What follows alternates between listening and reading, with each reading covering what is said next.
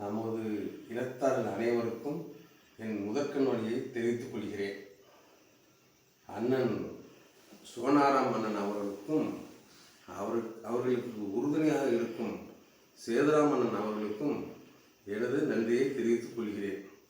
தாங்கள் இருவரும் நம் இனத்தவர்கள் அனைவருக்கும் ராமாயணத்தை பற்றி புரிய வேண்டும், ராமர் சீதை எவ்வாறு திருமணம் நடைபெற்றது என்பதை பற்றி அறிய வேண்டும் என்பதற்காக இதை வைத்துள்ளார்கள்.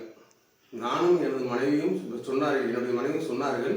நானும் இதற்காக ஒரு சிறிய டைம் ஒதுக்கி இதை ஏற்பாடு செய்து சொல்கிறேன்.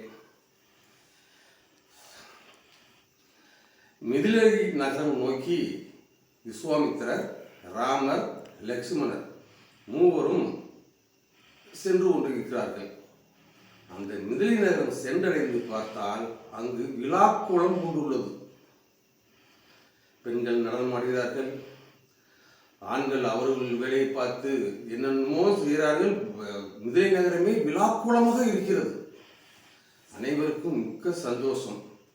ஏனென்றால் ராமர் சீதை திருமணத்திற்கு சுவீகாரம், சீதை திருமணம் நடைபெறுவதற்காக சுயம்பரம் அதற்காக ஏற்பாடு செய்துள்ளார்கள். போகும் வழியில் சீதை பிராட்டி பூப்பந்து வைத்து தோழியோடு விளையாடி கொண்டிருந்தார்கள் மாடத்தில்.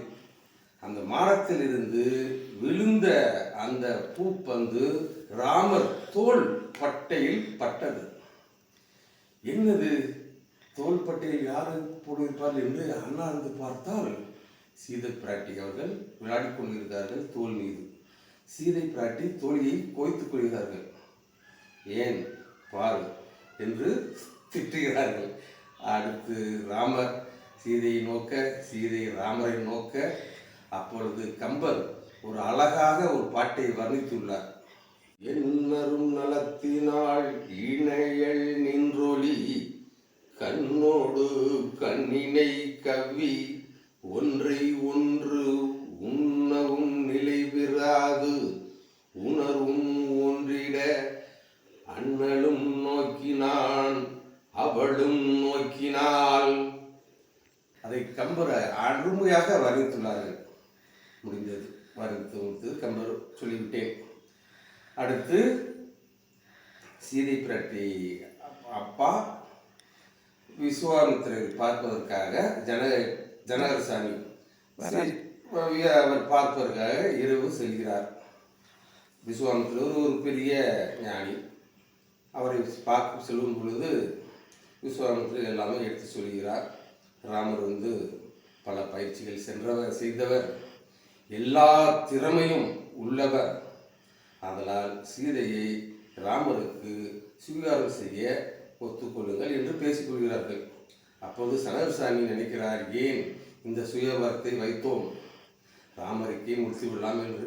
இருந்தாலும் பரவாயில்லை, எல்லாம் ஓகே சொல்லியாச்சு. மற்ற இளவரசெல்லாம் வந்து விட்டார்கள்.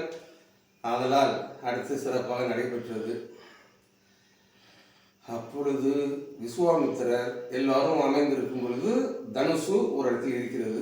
விஸ்வாமித்திரர் ராமரை கூப்பிட்டு, ராமா, அந்த தனுசை வளைத்து உழைத்து வா, உன் திறமையை காட் என்று சொல்கிறார்.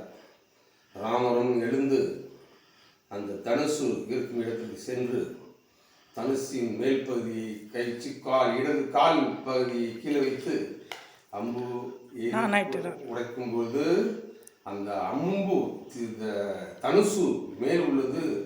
ராமர் அடிப்பாகம் கால் பட வேண்டும் என்று ரொம்ப ஆசைப்படுகிறார். ராமரும் வெள்ளை எடுத்து உடைக்கும் பொழுது அதனுடைய சத்தம் 3 வான் உலகத்திற்கு அதிரடியாக கேட்டது. மற்ற எல்லாருக்கும் அனைவரும் ஆச்சரியமுற்றார்கள். சீதை பிராட்டி கவலையோடு ராமருக்கு தான் திருமணம் ஆக வேண்டும் என்று கவலையோடு கொடுத்திருப்பார். அவங்களுக்கு கேட்கவில்லை. தோழிகள் அனைவரும் பறந்தோடி ஆசையுடன் சீதையை பிராட்டிக்கு போய் சொல்ல வேண்டும் என்று ஓடி சீதை பிராட்டி சொன்னவன் சீதைக்கு ஒன்றும் புரியவில்லை. மிக்க சந்தோஷம், பயங்கர ஆவலோடு எதிர்பார்த்திருந்த இது கிடைத்து விட்டது நமக்கு. ராமர் நமக்கு கிடைத்து விட்டார் என்ற சந்தோஷத்தில் ஒன்றும் புரியாமல் சந்தோஷத்தில் திளைத்தார். அடுத்து திருமணம் விரைவாக சூப்பராக ராமருக்கும் சீதைக்கும் பல பல கொண்டாட்டங்களோடு திருமணம் நன்றாக நடைபெற்றது. நன்றி. இதை பார்த்தவர்கள் என்றவர் எல்லோருக்கும் எனக்கு மிக்க மிக்க நன்றியை தெரிவித்துக் கொள்கிறேன்.